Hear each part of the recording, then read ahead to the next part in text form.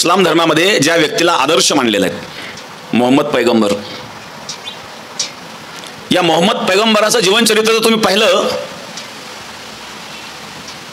या मोहम्मद पैगंबराने वयाच्या 50व्या वर्षी एका 6 वर्षाच्या मुलीशी लग्न केलेलं आहे, आयशा म्हणून जी आहे. एक मनुष्य 50 वर्षाचा मनुष्य 6 वर्षाच्या मुलीशी लग्न करतो, यापेक्षा कोणता अत्याचार असू शकतो? ज्यांचे आदर्श असे आहेत ते काय वागतील? 6 वर्षाची मुलगी.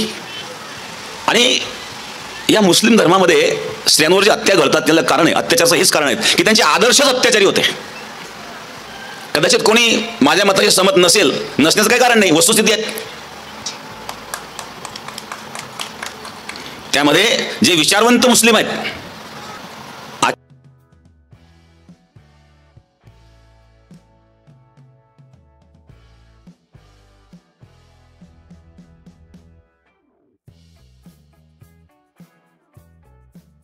देखिए, एक वीडियो जो कल से वायरल हो रहा है किसी एक महाराज के बारे में है. सबसे पहले तो ये बता दूं, ना तो वो कोई महंत है, ना कोई गुरुजी है, ना कोई स्वामी है, ना कोई महाराज है. सिर्फ एक भगवा चोला पहने हुए एक बदमाश इंसान है जो किसी के इशारों के ऊपर अब नाच रहा है. यकीनन उसका स्टेटमेंट अगर आप देखेंगे तो ऐसा लगता है कि पूरी तरीके से एक स्क्रिप्ट तैयार की गई और उसे ये बताया गया है कि अगर मुसलमानों को सड़क के ऊपर लेकर आना है, सिर्फ उस ज़िले के नहीं, उस स्टेट के नहीं, पूरे हिंदुस्तान के ही नहीं बल्कि दुनिया के अगर मुसलमान अगर किसी बात से अगर गुस्से में आते हैं, नाराज़ होते हैं, तो वो अपने नबी की शान के अंदर गुस्ताखी कतई बर्दाश्त नहीं करते हैं. और उसने जिस तरीके का बयान दिया है उससे साफ जाहिर होता है कि ये किसी न किसी के इशारों के ऊपर काम कर रहा है. आप अगर पूरी बात को अच्छी तरीके से समझने की कोशिश करेंगे तो आज पूरे महाराष्ट्र के अंदर हिंदू सकल समाज की तरफ से बहुत सारे शहरों के अंदर बिल्कुल जुमे की नमाज के वक्त मोर्चों की इजाज़त दी गई है, चाहे वो नंदुरबार हो, नासिक हो, अमरावती हो या दूसरे शहरों के अंदर. अब नासिक के अंदर खबरें आ रही है कि वहाँ पर गड़बड़ हो गई है.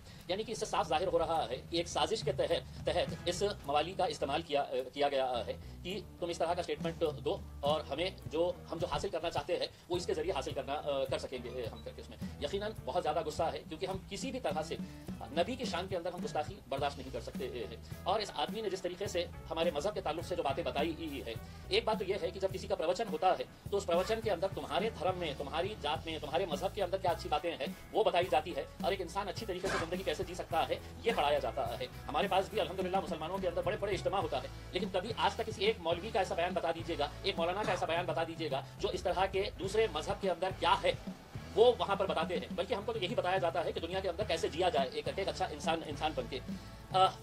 जब ये बात समझ में आ रही है तो हमारी सरकार से, हमारी पुलिस से, हमारी प्रशासन से यही अनुरोध है कि ऐसे तत्वों के ऊपर काबू कर लेना चाहिए, वरना इसके रिपरकशन जो है वो बहुत खराब हो सकते हैं. हमने इससे पहले भी देखा है जब भी नबी की शान के अंदर गुस्ताखी हुई लोग किस हद तक चले गए हैं इसमें. और ये हमारे जिले का होने की वजह से हमारे लिए और ज्यादा अफसोस की और गुस्से की बात है कि हम ऐसे सांपों को हमारे पास पाल रहे हैं करके. आप पिछले कुछ दिनों का अगर आप ये देखेंगे, आकलन करेंगे तो एक नितेश राणे नाम का एक भाजपा ने छोड़ा हुआ पिद्दू है, वो पूरे महाराष्ट्र के अंदर जा जाके किस तरह के बयानबाजी कर रहा है. मकसद उसका भी साफ है कि किसी तरह से ऐसे भड़काऊ बयानात दे कि जिसकी वजह से मुसलमानों का गुस्सा फूटे और वो लोग सड़क के ऊपर आए करके. तो ये एक मैं समझता हूँ कि एक राजनीतिक षड्यंत्र का हिस्सा है और हमें बड़ी समझदारी के साथ काम लेना है. ये वीडियो जैसे ही आया हमने इमीडिएट हमारे पूरे महाराष्ट्र के यूनिट्स को हमने आदेश दिया कि आज हर शहर में, हर जिले के अंदर इसके ऊपर FIR रजिस्टर होना चाहिए. हर तालुके के अंदर है तो निवेदन दीजिएगा, FIR रजिस्टर करवाइएगा. मैंने सुबह उठते ही यहाँ के पुलिस कमिश्नर से बात की. पहले 2:30 बजे का उन्होंने टाइम दिया कि 2:30 बजे के टाइम के ऊपर हमने कहा कि हम कुछ मौलानाओं के साथ आपसे मिलने के लिए आना चाहते हैं करके तय हो गया. लेकिन बाद में मुझे उनके पास से खबर आई कि 2:30 बजे DG मैडम ने है तो एक VC रखे है, वीडियो कॉन्फ्रेंसिंग रखे है, तो वो बहुत अहम है उनको अटेंड करने के लिए. तो वो जैसे ही उनकी VC खत्म होगी वो हमें टाइम देंगे कि आप आ जाइएगा करके. इन द मीन वाइल हमने पुलिस कमिश्नर के नाम के ऊपर है तो एक निवेदन बना के दिए है और हमारी मांग रखे है. और अकेले मेरी मांग नहीं है, ये हिंदुस्तान के हर मुसलमान की मांग है कि ऐसे गुंडों को जो सिर्फ एक भगवा चोला पहने हुए है, वो कोई स्वामी नहीं हो जाते हैं, वो कोई पुजारी नहीं हो जाते, वो कोई महंत नहीं हो जाते हैं, तो ऐसे मवालियों को जो समाज के अंदर तेढ़ निर्माण करने का काम कर रहे हैं उनके ऊपर सख्त कार्रवाई होनी चाहिए, उन्हें गिरफ्तार करना चाहिए. और मैं नौजवानों से अपील करना चाहूंगा उसमें कि हमने कार्रवाई करने के लिए पुलिस को भी वक्त देना चाहिए उसमें. और अगर हमें ऐसा लगता है कि ऐसी कार्रवाई नहीं हो रही है तो यकीनन हम नबी के गुस्ताखियों के खिलाफ हम कोई भी समझौता नहीं करने के लिए तैयार है. उनके ऊपर कार्रवाई होना मतलब होना है. देखिए, लोकसभा के चुनाव के दौरान जब मैं प्रचार के लिए वैजापुर के गांव गया था, वहां पे यही ढोंगी का प्रवचन चल रहा था।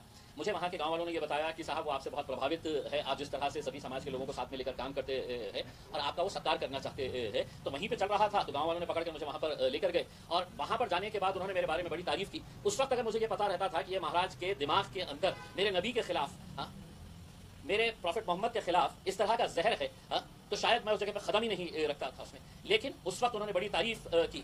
अचानक ये इस तरह की बयानबाजी करने से ये साफ साबित होता है कि आप किसी न किसी के इशारों के ऊपर नाच रहे हैं करके। तो ये सही बात है कि मैंने उससे मिला था, लेकिन उस वक्त उसके भगवे चोले के पीछे एक मवाली छुपा है करके मुझे बिल्कुल कतई पता नहीं था। वरना अगर मुझे ये उस वक्त मेरे सामने अगर रहता और मेरे नबी के खिलाफ अगर बोलता, तो मैं उस वक्त उसी स्टेज के ऊपर कैसा जवाब देता शायद उसको समझ में आ जाता था। वही उसी के ताल्लुक से